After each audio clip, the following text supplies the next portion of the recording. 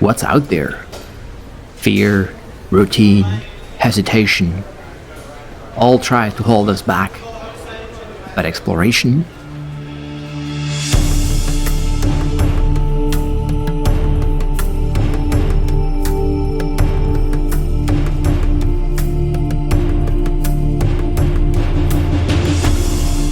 This was a crazy idea from the beginning, and I think I realized only at the end how crazy it actually was, and I never thought I could do it, certainly not after I started, and certainly not after the first double crossing. It's always amazing to see the Grand Canyon just in its scale and the vastness, and it definitely keeps you humble. Certainly if you hike down to the river and back up again, you realize how big this canyon is. Just past 4 o'clock, cruising down the South Cowboy Trail. Hopefully my first crossing. It's about 46 degrees Fahrenheit, so not too cold. The weather is really nice. It's almost full moon. Here we go. North Rim, 13.4 miles. Good luck. Gorgeous morning. Really nice temperature. I've only seen 2 runners so far. I'm deliberately taking it slow on the first rim to rim to rim because, well, there is more, so I'm just cruising slowly.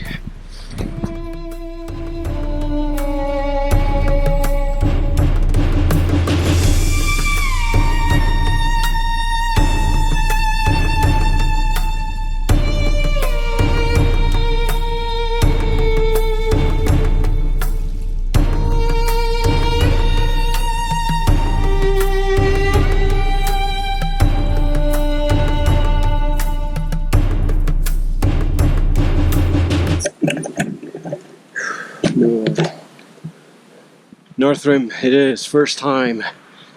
5 hours 26 minutes. Not too shabby, but if you think about it, that's pretty much the time the fastest rim to rim runners have, so maybe I should feel embarrassed. It's getting to the bridge. It's my second crossing. I'm like freaking dead. It's not even 40 miles yet, so this is not going well. Let me tell you one thing. Those steps are absolute freaking killers. Clearly, what goes down must come up. So after I came back from the first rim to rim, it looked completely impossible to me to do 4.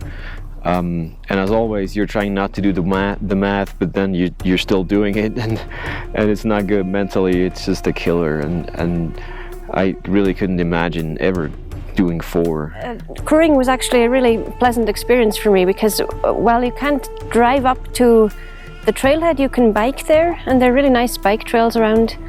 After the first round, I was surprised to hear from Christoph that he didn't feel good, and he thought that there was no way he could do that 4 times. From my side, he looked fine, and the time was great that he did. So I was not worried. But it's always interesting how his perspective is very different in that moment. And of course, it is really hard, and he really could not imagine actually finishing it. It took me half an hour to get ready to head out again, and I'll go through the night. Hopefully I won't need to sleep, and then all goes well, I may be done with crossing 4 in the early morning.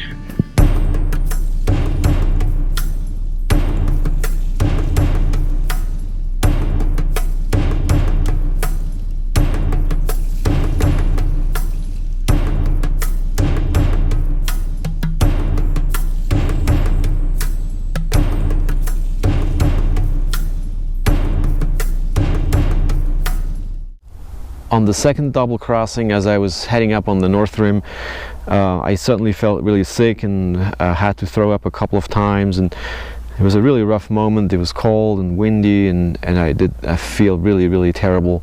I couldn't eat for a while, but then suddenly I felt like, okay, I think I got through that difficult phase, and then I kept going and eating as much as I could stomach. Crossings 5 and 6. The night was horrible, so let's hope the day goes better.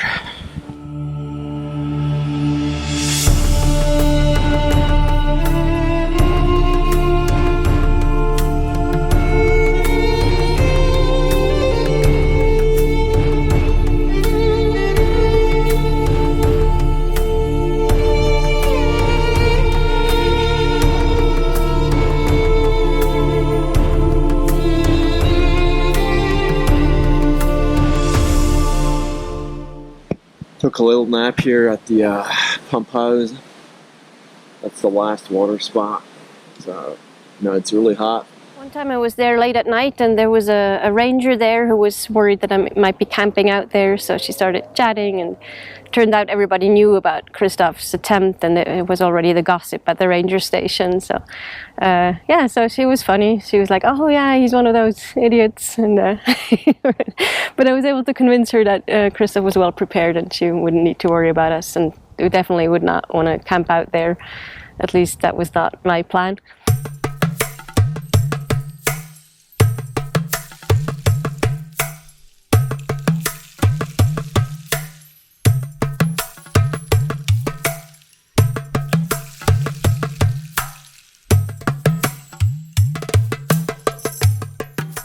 Sunrise on the North Rim, and I'm really tired after 50 hours of no sleep. At the very end, he was paced by 3 runners who had met him over at the North Rim, and they surprised him in the end, met him about a mile down. I didn't know them, but it was a really great surprise to see that he had that support in the end by people he'd met before and who were coming down to meet him.